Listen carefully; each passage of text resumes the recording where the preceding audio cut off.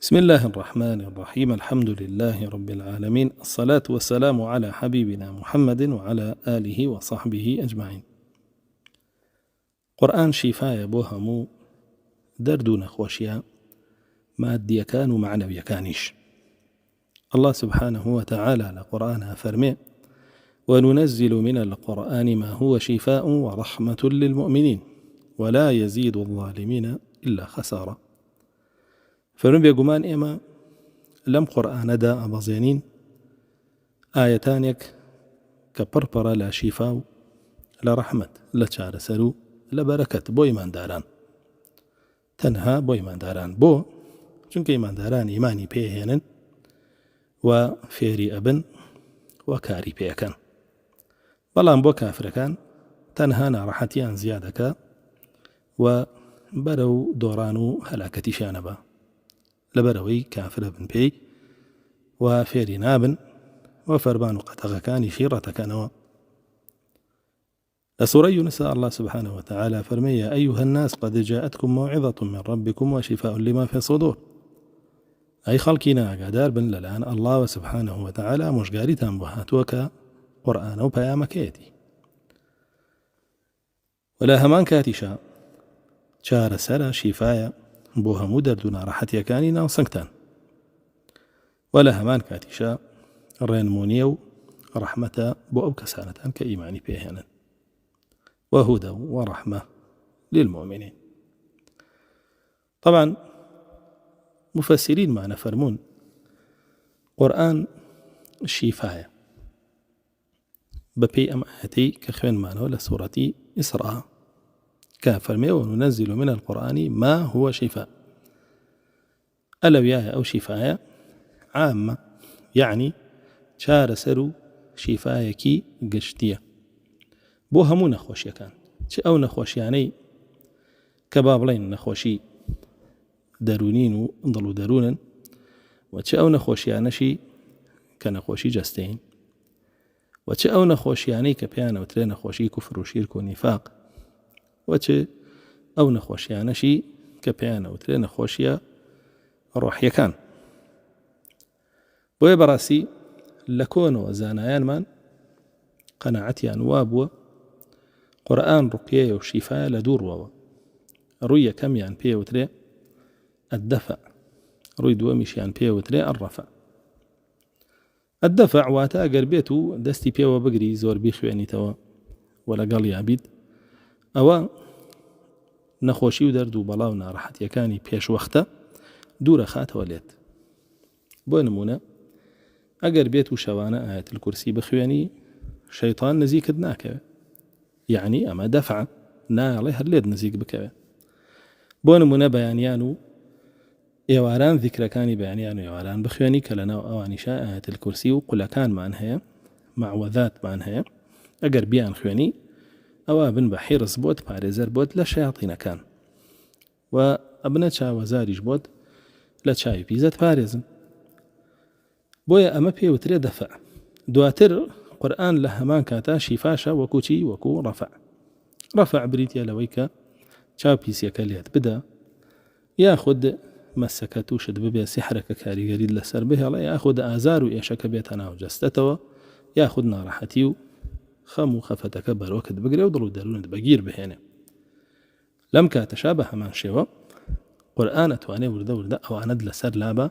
نارحتي كانت لسر دور بخاتوا. عبد الله كري مسعود فرمي: إن المعوذتين نزلتا للتعويذ. فرمي سورتي قل أعوذ برب الفلق لقال قل أعوذ برب الناس. الله سبحانه وتعالى دايب زاندو بو أوي خلق بيخوانيو ببيتا شفا بويو ببيتا باريزر بوي لهمو أو نارحت يعني كروبروية بيت ولا لعن شياطين كان يجنوا إنسوا ليكف الله به الشر والأذى. فرمبوي الله سبحانه وتعالى نارحتيو يشو آزار بقيريتوا عمن قرأها لو كسيكا إخوانيتوا. علي كري أبو طالب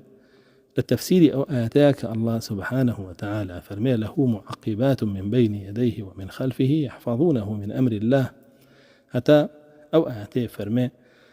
يمحو الله ما يشاء ويثبت وعنده أم الكتاب. فرمي الله سبحانه وتعالى يكتب في اللوح أن فلانا يصيبه من الأمراض كذا وكذا، وإذا فعل كذا وكذا كف عنه المرض. أفرمي الله سبحانه وتعالى للوحة نسري للوحة المحفوظة نسي فلانا كس فلانا نخوشي ونارحتي توشبه خو قربيتو هانا بريب وفلانا عبادته فلانا آية فلانا سورة أو نخوشي ونارحتي لسر لا أشياء وتمني شي زيادك ويزيده من العمر وتمني شي زيادك ويزيد في عمره. باشا نفرمي أما الكتاب الذي عند الله لا يتغير ولا يتبدل بلام أويك لا إخوتي وعنده أم الكتاب فرمي وقوران كاريبا سرانايا أو جيجيرا ببي أم آثارانا لا عبد الله كريم مسعود ولا إمامي علي رونو أشكرا دركيك قرآن لهمان كاتا أتواني بكيبا شورايك وخلايك بوخد بتبارزي لنا خوشيونا راحتي كان ولا همان كاتي شابيكي بادور خسنوان أقر توشد بوبن. أبو الدرداء فرمي كان رسول الله صلى الله عليه وسلم يتعوذ بتعويذات كثيرة. فرمي رسول الله صلى الله عليه وسلم جورها ذكري أخوان بوي الله سبحانه وتعالى ببارزي لشر شياطين جن وإنسو لدرد بلاونا خوش يكان. فرمي فلما نزل قل أعوذ برب الفلق وقل أعوذ برب الناس اكتفى بهما. فرمي دوا أوي أمدو سورة هذا وزيل القرآن قل أعوذ برب الفلق وقل أعوذ برب الناس يترزي هاترو دواني بكاره هنا بوش على سر بويا براسي قرآن بإذن الله شفاية